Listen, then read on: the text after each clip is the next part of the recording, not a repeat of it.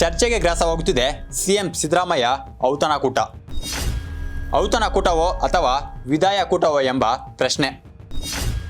ಔತಣಕೂಟದ ಬಗ್ಗೆ ಸಚಿವರಲ್ಲೂ ಕಾಡುತ್ತಿದೆ ಕುತೂಹಲ.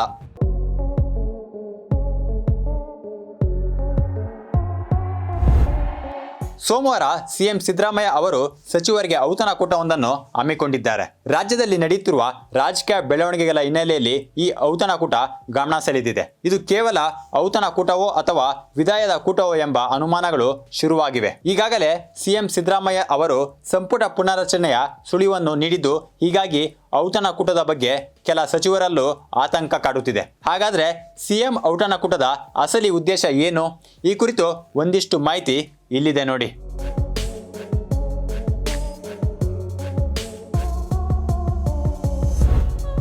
ರಾಜ್ಯದಲ್ಲಿ ನಾಯಕತ್ವ ಬದಲಾವಣೆ, ಸಂಪುಟ ಪುನರ್ರಚನೆಯ ಚರ್ಚೆ ಬೆನ್ನಲ್ಲೇ ಸಿಎಂ ಸಿದ್ದರಾಮಯ್ಯ ಅವರು ಸೋಮವಾರ ರಾತ್ರಿ ಡಿನ್ನರ್ ಮೀಟಿಂಗ್ ಹಮ್ಮಿಕೊಂಡಿದ್ದಾರೆ. ಸಚಿವರಿಗೆ ಸಿಎಂ ಔತಣಕೂಟ ಹಮ್ಮಿಕೊಂಡಿದ್ದು ನಾನಾ ಆಯಾಮದಲ್ಲಿ ಚರ್ಚೆಗಳು ನಡೆಯುತ್ತಿದೆ. ಇದು ಔತಣಕೂಟವೋ ಅಥವಾ ಬೀಳ್ಕೊಡುಗೆ ಪಾರ್ಟಿಯೋ ಎಂಬ ಪ್ರಶ್ನೆ ವಿಪಕ್ಷಗಳು ಕೇಳುತ್ತಿವೆ. ಸೋಮವಾರ ಸಿಎಂ ಸಿದ್ದರಾಮಯ್ಯ ಅವರ ನೇತೃತ್ವದ ರಾಜ್ಯ ಸರ್ಕಾರಕ್ಕೆ 2.5 ವರ್ಷ ಪೂರ್ಣಗೊಳ್ಳುತ್ತಿರುವ ಹಿನ್ನೆಲೆಯಲ್ಲಿ ಸಚಿವರಿಗೆ ಔತಣಕೂಟವೊಂದನ್ನು ಹಮ್ಮಿಕೊಂಡಿದ್ದಾರೆ. ಈ ಔತಣಕೂಟಕ್ಕೆ ವಿಶೇಷ ಅರ್ಥ ಕಲ್ಪಿಸುವ ಅಗತ್ಯ ಇಲ್ಲ ಎಂದು ಸಿಎಂ ಆದಿಯಾಗಿ ಸಚಿವರು ಹೇಳುತ್ತಿದ್ದಾರೆ. ಆದರೆ ಸದ್ಯದ ಸಂದರ್ಭ ಈ ಔತಣಕೂಟಕ್ಕೆ ವಿಶೇಷ ಅರ್ಥ ನೀಡುತ್ತಿದೆ. ಡಿನ್ನರ್ ಪಾರ್ಟಿ ಉದ್ದೇಶ ಏನು? ಸೋಮವಾರ ಹಮ್ಮಿಕೊಂಡಿರುವ ಡಿನ್ನರ್ ಪಾರ್ಟಿ ಉದ್ದೇಶ ಏನು ಎಂಬುದು ಸದ್ಯಕ್ಕೆ ಕೆರಳಿರುವ ಕುತೂಹಲ.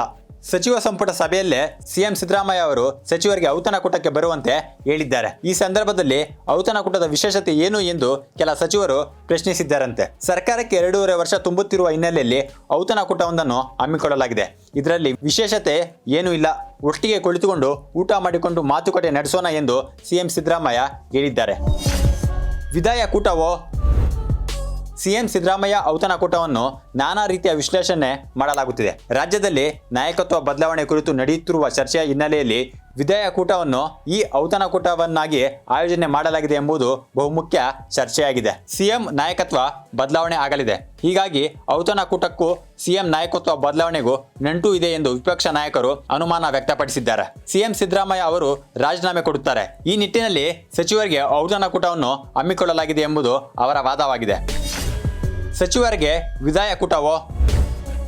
ಇನ್ನು ಸಚಿವ ಸಂಪುಟ ಪುನರ್ರಚನೆ ಆಗುತ್ತಿದೆ ಎಂಬ ಚರ್ಚೆಗಳ ಮುನ್ನೆಲೆಗೆ ಬರುತ್ತಿವೆ. ಹೀಗಾಗಿ 12ಕ್ಕೂ ಹೆಚ್ಚು ಸಚಿವರನ್ನು ಬದಲಾವಣೆ ಮಾಡಲಾಗುವ ಸಾಧ್ಯತೆ ಇದೆ. ಹಾಗಾಗಿ ಸಿಎಂ ಸಿದ್ದರಾಮಯ್ಯ ಅವರು ಸಂಪುಟ ಸದಸ್ಯರಿಗೆ ಔತಣಕೂಟ ಆಯೋಜನೆ ಮಾಡುವ ಮೂಲಕ ವಿದಾಯ ಹೇಳುತ್ತಿದ್ದಾರೆ ಎಂಬುದು ಮತ್ತೊಂದು ವಾದ. ಸಚಿವರಿಗೆ ಸಿಎಂ ಔತಣಕೂಟವನ್ನು ಏರ್ಪಾಡು ಮಾಡುವುದು ಇದೇ ಮೊದಲೇನಲ್ಲ, ಅದರಲ್ಲಿ ವಿಶೇಷತೆಯೂ ಏನಿಲ್ಲ.